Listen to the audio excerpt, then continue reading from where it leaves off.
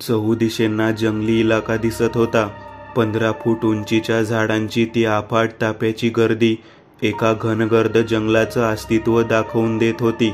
वर आकाशात प्रकाश तर दिसत होता, परंतु अजीब गोष्ट अशी की त्या उजळत्या आकाशात कुठेही सूर्य दिसत नव्हता. मग प्रकाश कुठून येत होता?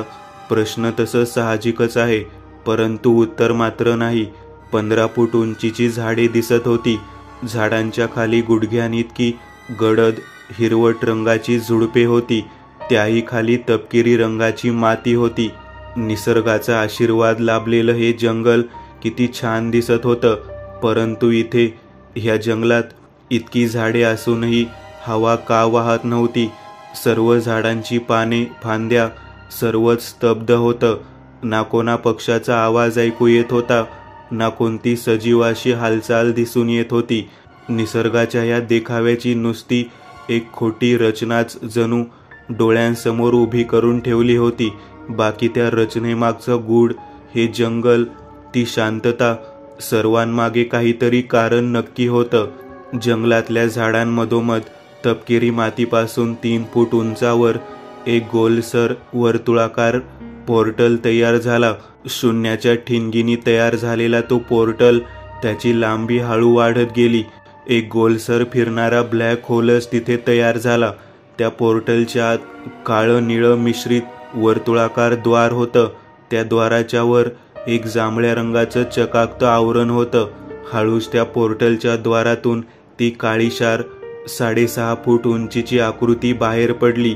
तिचा तो काळसर वाफाळता धुराचा पाय त्या तपकिरी मातीच्या जमिनीवर पडताच फास आवाज होत मातीतून धुराची सफेद धूळ उडाली. हळूहळू तो आकार बाहेर आला. अंगात काळ्याशार पायघोळ झगा होता. त्या झग्यावरून मधाच्या पोळ्यातून निघणाऱ्या चिकट मधासारखा काळशार चिकटसा विषारी द्रव झग्याला चिकटलेला दिसत होता. त्या आकाराच्या अंगातून काळ्याशार धुराची लहान लहान धुळीकण बाहेर पडत होती.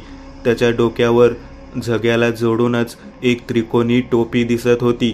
त्या टोपीत त्याचा चकाकता लालसर चेहरा होता.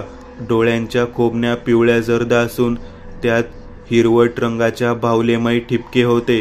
तर मित्र हो, हा आहे सैतान यहुदी, जो एका काळ्या जादुई शक्तीचा असीम पुरवठा असलेल्या अंगठीकरिता एंटम ह्या नगरीत आला आहे.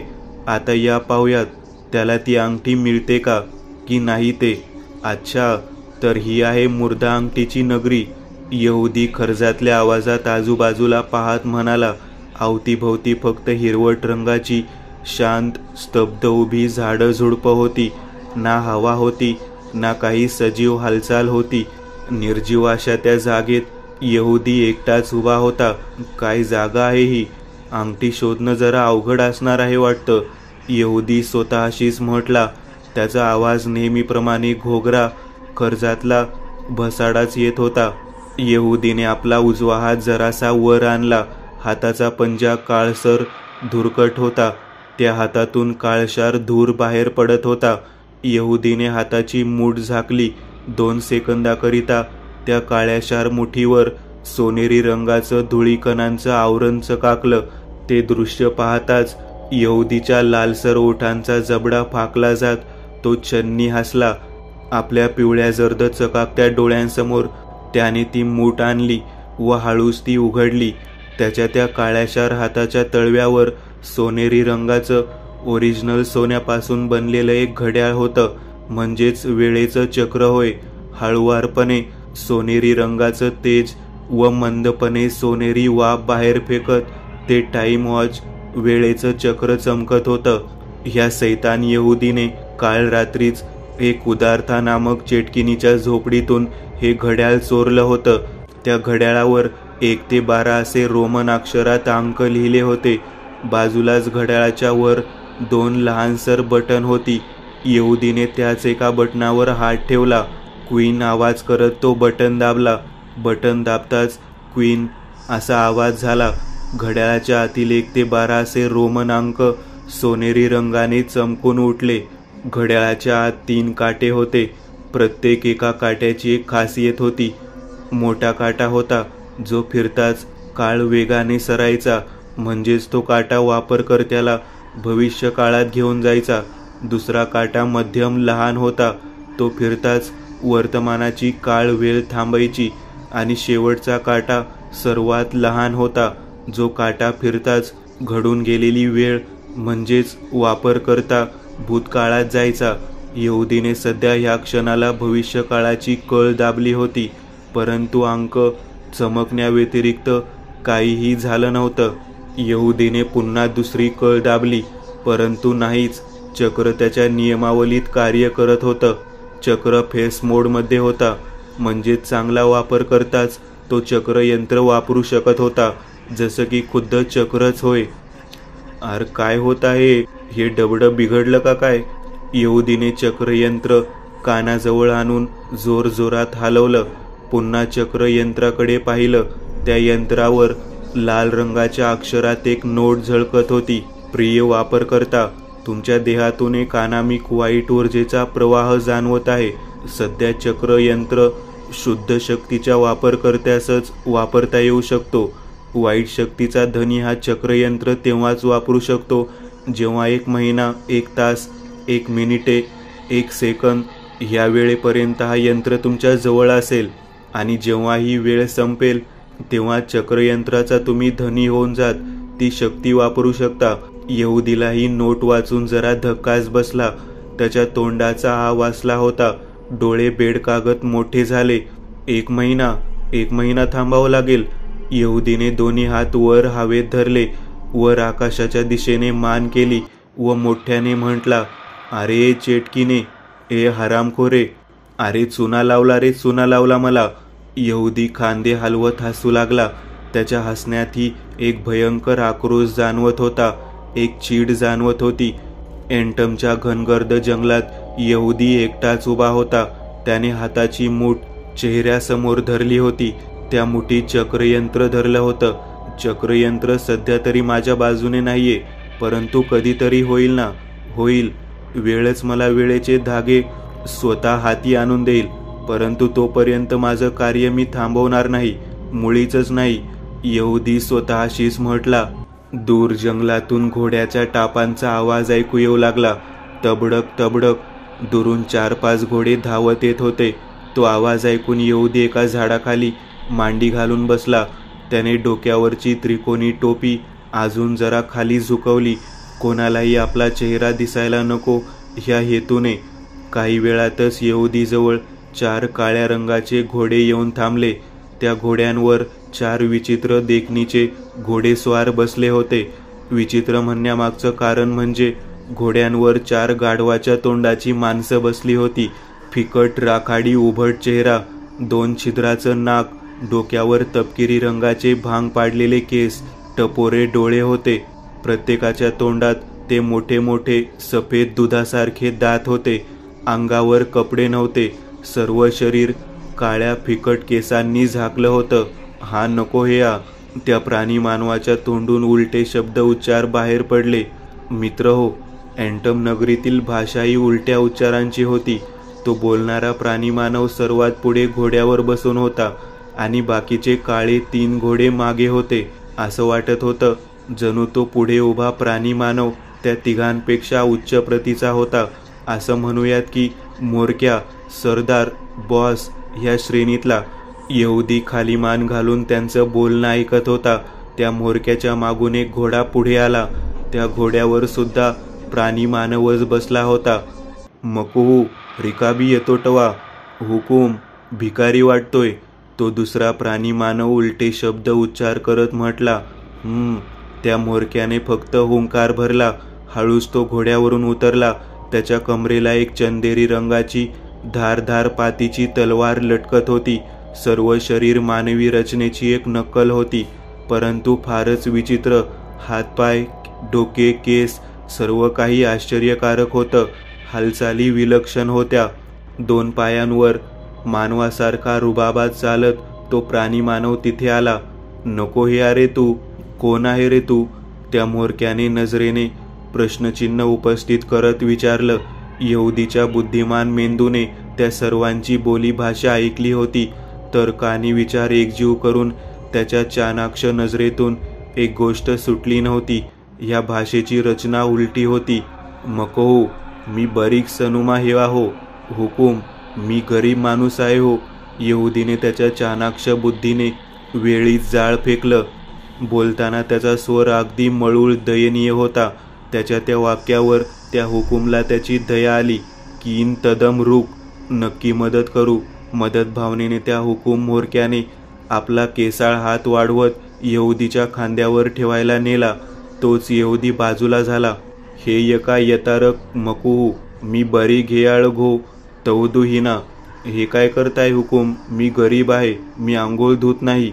यहुदी हुकूमपासून बाजूला झाला. चेमटये सिवाहीर हिदिक तमधे तरक हिना लाच मटम चिमतू चिया हारो येसोलरिक. एंटमचे रहिवासी कधीच मतभेद करत नाही. चला, एंटम तुमची राहायची सोय करील, तो हुकूम म्हटला. त्याच्या त्या वाक्यावर यहुदीचे लालसर डोळे विजयी भावनेने चकाकून उठले. हुकूमने आपले दोन्ही हात एकमेकांवर आपटत टाळ्या वाजवल्या. एक घोडस्वार घोड्यावरून खाली उतरला. या बाबा सबा, रवड्या गो, या बाबा घोड्यावर बसा. हुकूमच्या वाक्यावर यहुदी चालत चालत घोड्यापाशी आला. त्याने आपल्या एका हाताने डोक्यावरची टोपी गच्च पकडली. घोड्यावर बसला. यहुदी घोड्यावर बसताच हुकूमही आपल्या घोड्यावर बसला व हे चौघेजण एंटमच्या दिशेने स्वतः समवेत एक खतरा घेऊन निघाले, ज्यापासून तो हुकूम त्याचे चेले अनभिज्ञ होते. जंगलातल्या रस्त्यावरून तबडक तबडक आवाज करत काळ्या रंगाचे 5 घोडे धावत होते. त्याच एका घोड्यावर यहुदी बसला होता. एका हाताने त्याने ती डोक्यावरची टोपी गच्च धरून ठेवली होती. घोड्यावर बसल्याने त्याचं सर्व शरीर खालीवर होत हालत होतं. त्याने चेहरा जरा जरी झाकला असला तरी ते पिवळे जर्द लकलकणारे डोळे आजूबाजूला फिरत होते. यहुदीच्या पुढ्यात त्या प्राणी मानवांचे घोडे धावत होते आणि सर्वात मागे यहुदीचा घोडा धावत होता. या सर्वांपासून पुढे जेमतेम 80 मीटर दूरवर अंधार सुरू होत होता. होय, अंधार, अंधाराची सीमा जणू. यहुदीने जसे ते दृश्य पाहिलं त्याला जरा आश्चर्य, नवल, अविश्वसनीय भावनांचा धक्का बसला. 80 मीटर अंतरावर जंगलाची झाडे, खालची तपकिरी माती संपत होती. त्यापुढे प्रकाश संपला जात निळसर रंगाचा चंद्रमय प्रकाश पडला होता. खालची काळी वाळू निळ्या रंगानं चमकत होती.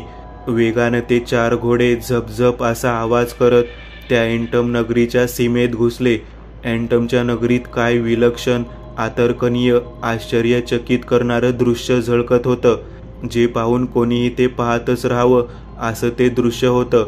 आकाशात 3 वर्तुळाकार दुधाळ चांदणे उगवलेले दिसत होते.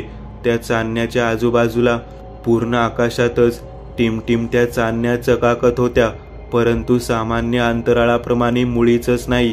ह्या ताऱ्यांचा रंग सप्तरंगी होता.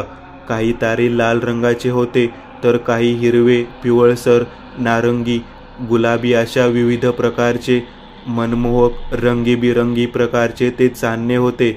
यहुदी व ह्या 4 प्राणी मानवांपासून दूर 100 मीटर अंतरावर काळ्या पाषाणी टेकड्या होत्या. त्यातल्या एक टेकडीचं टोक अगदी काट्यासारखं टोकदार होतं आणि त्या टोकदार पाषाणापासून मागे आकाशात ते 3 चंद्र उगवलेले दिसत होते. कलिमा चहिका चिमतू मटई रिगन, मालिक, हीच का तुमची एंटम नगरी? यहुदी उलट्या शब्दमयी स्वरात म्हटला. त्यावर सर्वात पुढे उभा ह्या सर्वांचा म्होरक्या फक्त मान हलवत हुंकार भरत म्हटला, जी नपहिरत फक्त निशापा डिकटे हेया, मटेरिगन ठेकू हेया. पण ही तर फक्त पाषाणी टेकडी आहे, एंटम नगरी कुठे आहे? यहुदी म्हटला. त्याच्या मनात एंटम नगरीत आपण कधी एकदा प्रवेश करतो असं झालं होतं.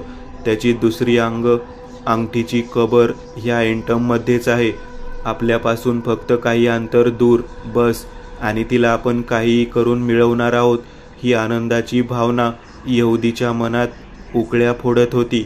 ही निशापा डिकटे कये चवक हेया, ही पाषाणी टेकडी एक कवच आहे, तो म्होरक्या मोठ्या गर्वानं म्हटला. त्यावर यहुदीने त्या उंच पुऱ्या टेकडीकडे पाहिलं. तो एक टोकदार काट्यासारखा पाषाण, त्या पाषाणाच्या मध्यभागावर हलकेच एक हिरव्या रंगाचा मणी चकाकला.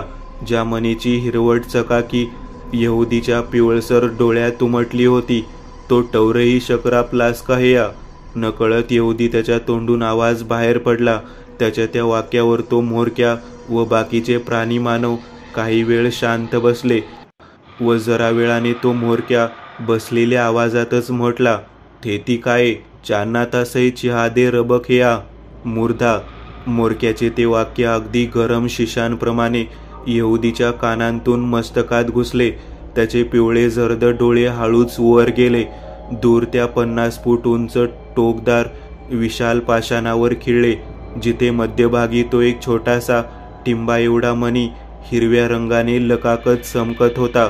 त्या प्रकाशाला पाहताच यहुदीच्या लालसर चकाकत्या जबड्यावर हळूच विजयी हसू पसरलं. निळसर चकाकत्या कांतीच्या विशाल आकाशात मोठं विहंगमय आश्चर्यकारक दृश्य दिसत होतं. आकाशात 3 वर्तुळाकार दुधाळ चांदणे उगवलेले दिसत होते.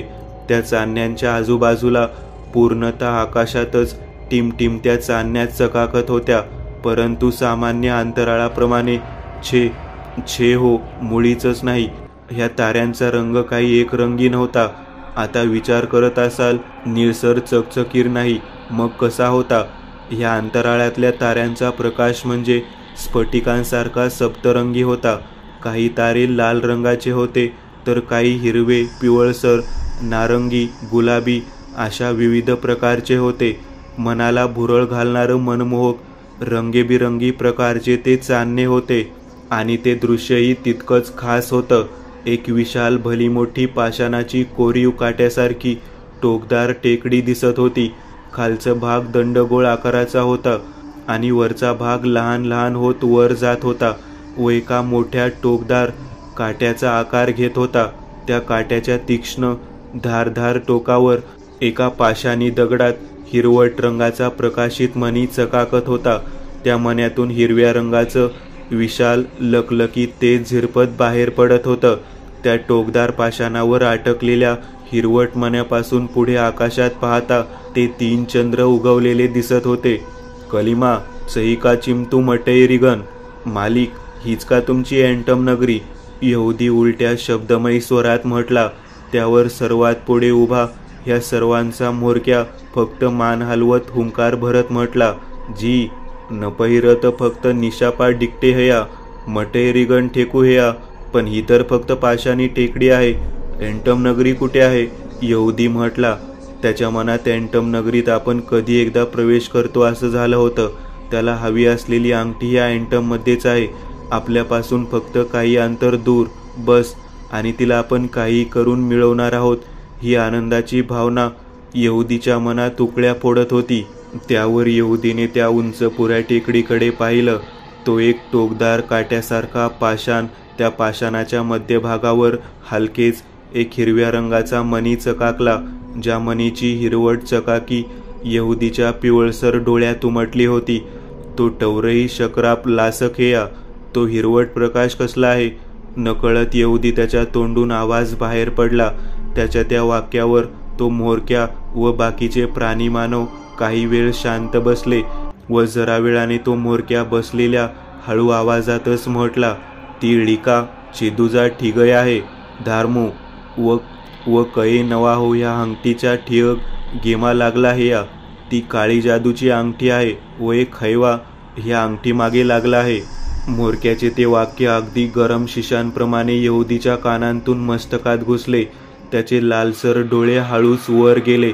दूर त्या 50 फूट उंच टोकदार विशाल पाषाणावर खिळले, जिथे मध्यभागी तो एक छोटासा टिंबा एवढा मणी हिरव्या रंगाने लकाकत चमकत होता. त्या प्रकाशाला पाहताच यहुदीच्या लालसर चकाकत्या जबड्यावर हळूच विजयी हसू पसरलं. जिमार धामू माझी मुर्धा, यहुदी इतकेच म्हटला. त्याच्या शब्दात एक लालसा जाणवत होती. एवढा वेळ आवाजात ठेवलेली सौम्यता आता ढासळली, गळून पडली होती. आवाज चिरकस, कपटी, नीच, धूर्त, स्वभावी स्वरातला बाहेर पडला होता. बाबा चामतू लाजवा यंकालंजा. बाबा तुमच्या आवाजाला काय झालं? तो प्राणी मानवांच्या म्होरक्या भोया संशयाने आपल्या समोर काळ्या कापड्यातल्या त्या वस्त्रात उभ्या यहुदीवर रोखत म्हटला. एका म्हाताऱ्याचा आवाज, छे, कसं शक्य आहे? एक सैतान जसं खर्जातल्या घोगऱ्या तळतळाटी लालसी स्वरात भावना व्यक्त करत बोलावा तसा तो आवाज होता. राहून राहून तो उलट्या शब्दातला माझी मुर्दा हा शब्द त्या म्होरक्याच्या कानात बंद खोलीत उभं राहावं आणि त्या खोलीत मोठ्याने किंचाळावं, ओरडावं. तो मोठा आवाज भिंतीवर आपटून खोलीत मोठ्याने गुंजत, घुमारे घेत, भिरभिरत पुन्हा कानांवर येत फिरावा, आपटावा. तसा तो माझी मुर्दा खर्जातल्या आवाजातलं वाक्य त्या म्होरक्याच्या कानांतून मेंदूत भिरभिरत वाजत होतं. त्या शब्दात एक चेतावणी, धोका, ह्या सर्वांची चाहूल म्होरक्याला नकळत लागून गेली होती. त्या म्होरक्याचा हाताची पाचही थरथरती बोट हळूहळू कमरेला असलेल्या मानेत लपलेल्या तलवारीच्या दंडाच्या दिशेने जात होती. त्या म्होरक्याच्या मागे 4 शिपाई होते. त्यांनीही सावध धोकागडीचा पवित्रा घेतला होता. एके बाजूला हे 5 जण प्राणीमानव लढवय्या पवित्र्यात उभे होते. सर्वात पुढे त्यांचा म्होरक्या आणि मागे ते 4 जण. सर्वांनी डावा पाय पुढे केला होता. कंबर थोडीशी वाकवून उजवा हात तलवारीवर ठेवला होता. ह्या 5ही जणांच्या समोर तो पायापासून ते डोक्यापर्यंत काळ्या कापडाने झाकलेला आकार अगदी निर्भीडपणे कसलीही हालचाल न करता उभा होता. नको सहाय्या तू. पुन्हा एकदा त्या म्होरक्याचा आवाज आला, पण आवाजात जरब होती. दरडावून विचारला जाणारा स्वर होता. यहुदीच्या डोक्यावर असलेल्या त्रिकोणी काळशार टोपीचा भाग जरासा खाली बसला होता. चेहऱ्यावर पसरला होता बिनफण्याचा नागच जणू. परंतु जसा तो नाग फणा काढतो त्याच्या क्रोधाची, शक्तीची प्रचिती कळून येते. यहुदीच्या डोक्यावरची टोपी, तिच्यावरचं टोपूस हळूहळू ताठ होत वर वर जाऊ लागला. चेहऱ्यावर बसलेला काळा कपडा वर वर गेला आणि जसं वर गेला, ह्या 5ही जणांना त्या चेहऱ्याच्या जागी 2 भयानक, भीतीचा ठाव घेणारे, लाल चकचकते, सळसळते, लेझरसारखे विस्तवी निखाऱ्यासम डोळे चकाकताना दिसले, ज्या डोळ्यांमध्ये गुलाबी रंगाच्या मोतीबिंदू एवढ्या बाहुल्या होत्या. त्या चेहऱ्याला एक ठराविक आकार नव्हता. कसं असेल, ती एक दूषित, वाईट, आतृप्त, क्रूलती, घुमसती, तामसी आत्मा होती. स्वतःचं शरीर शोधत होती. पिशाच्य, हैवानी योनीत अडकलेली ती आत्मा. काळ्या तिमिर जगामार्फत त्या आत्म्याला ते अभद्र आकार प्राप्त झालं होतं किंवा दिलं गेलं होतं. निसर्गाच्या रूपाची प्रतिकृती त्या अनैसर्गिक तिमिराला जमली नव्हती. म्हणूनच त्या यहुदीचं रूप इतकं भयावह होतं, किंवा त्या रूपामागे काही वेगळंच तथ्य होतं. काहीही असो, परंतु यहुदीचं ते बिभत्स्य, हैवानी रूपडं पाहून ह्या 5ही जणांची भयान छाती धडधड करायला लागली होती. तोच त्या काळ्या झग्यातल्या चेहऱ्यावर असलेल्या त्रिकोणी अंधाऱ्या चेहऱ्यावर चमकणाऱ्या 2 लाल जर्द निखाऱ्यासम धगधगत्या डोळ्यांखाली एक चिपचिपीत चमचमता लाल रंगाचा जबडा दात विचकत हसला. मी कोण आहे विचारता? जाणून घ्यायचा मी कोण आहे. यहुदीचं सर्व शरीर हळूहळू जमिनीपासून आधांतरी वर वर जाऊ लागलं. 1 फूट, 2 फूट, 3 फूट, पाहता पाहता ते 6 फूट उंच काळझग्यातलं सर्व शरीर वर गेलं. आता यहुदीच्या मागे ते 3 चांदणे दिसत होते. त्यातलं एक चांदणं यहुदीच्या पाठीमागे होता, जो दिसत नव्हता. परंतु 2 चांदणे यहुदीच्या डाव्या आणि उजव्या हाताला दिसत होते. तर यहुदीच्या ठीक टाळूवर मुर्दामणीचा प्रकाश दिसत होता. मी. यहुदीचा आवाज पहिल्यासारखा झाला होता. घोगरा, खर्जातला, भसाड्या स्वराची लय असलेला. या अंगठीमागे जो सैतान लागलाय तो आहे मी. त्या सैतानाची दूषित, घाणेरडी आत्मा आहे मी. हे वाक्य ऐकताच तिथे उपस्थित सर्वांचे चेहरे भयाने उजळून निघाले. डोळ्यांच्या कडा भयाश्चर्याने विस्फारल्या. म्हणजे यहुदी. त्या म्होरक्याच्या तोंडून थरथरता कापरा आवाज बाहेर पडला. यहुदीने आपले दोन्ही हात हळूच वर हवेत पसरले. होय, मीच तो हैवान. ही अंगठी घ्यायला आलो आहे. यहुदी जरा वेळ थांबला, मग पुढे म्हटला. त्याच्या ह्या वाक्यात हिंस्र, आसुरी थट्टा होती. पण आज तुमच्या ह्या मेहनतीचं फळ श्राद्ध होईल. तुम्हा सर्वांच्या खांद्यावरची जबाबदारी आज पार पडणार आहे. मी तुम्हा सर्वांचे आभार मानतो की तुम्ही सर्वांनी माझ्या मुर्द्याची इतकी वर्ष. यहुदी पुढे काही बोलणार तोच त्या पाचही प्राणी मानवांच्या डोक्यावरून सुई असा पातीचा एक कानसुळ्या चिरता आवाज करत हवेला चिरत एक काळ्या लाकडी दंडाचा व करसरच्या पातीचा भाला वेगाने एका रेषेत पुढे आला. अतिप्रकांड वेगाने पुढे जात यहुदीच्या छातीचा वेध घेत छाताडात घुसला. हवेत आधांतरी दोन्ही हात फाकवत हसणारा यहुदी त्या माराने दोन्ही पाय पुढे आला जात कंबर वाकली जात दोन्ही हात पायांवर पुढे आले व यहुदी हवेतून मागे उडाला.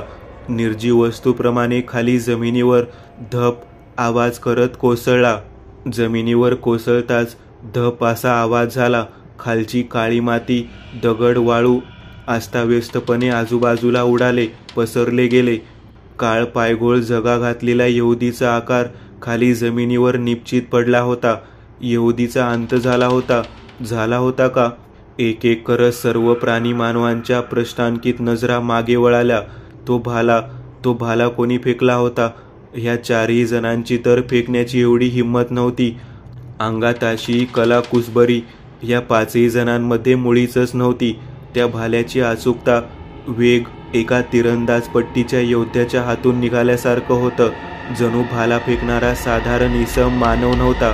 म्हणूनच एक एक करत पाचही जणांच्या नजरा मागे वळल्या होत्या. समोर पाहताच सर्वांचे डोळे विस्फारले. त्यात एक आनंदाची लकाकी होती, एक गर्व होता. त्या आकृतीला पाहताच सर्वांच्या मुखातून हलकेच एक आवाज निघाला. अनसिंहराज, एंटमचे राजाधिराज, स्वामी, प्रजेचे रखवाले. अनसिंहराज हे अँटमचे महाराज होते. मुर्दा हे अंगठीचे रक्षक होते. अनसिंहराज अद्याप त्याच भालाफेक पवित्र्यात उभा होते. अनसिंहराज म्हणण्यामागचं कारण हेच की त्यांचं सर्व शरीर जंगलाचे रक्षक राजे सिंहराजासारखं होतं. समोर उभा तो सिंहमुखी शारीरिक आकार म्हणजे शक्तिशाली, उंच, आडदांड, पिळदार, बाहुबलीचा नरसिंह भगवंताचा एक रूपच होता. सिंहासारखा रुंद चेहरा, गोल टणक, धारदार कान, चेहऱ्यावर तपकिरी रंगाचे वाढलेले केस, दाढी मिशा होत्या. हनवटीखाली लांबसडक आकार, गडद केशरी रंगाची दाढी होती. वरच्या ओठांवर दोन्ही बाजूंना पातळसर केस होते. एका रुबाबदार नराची ती खून होती.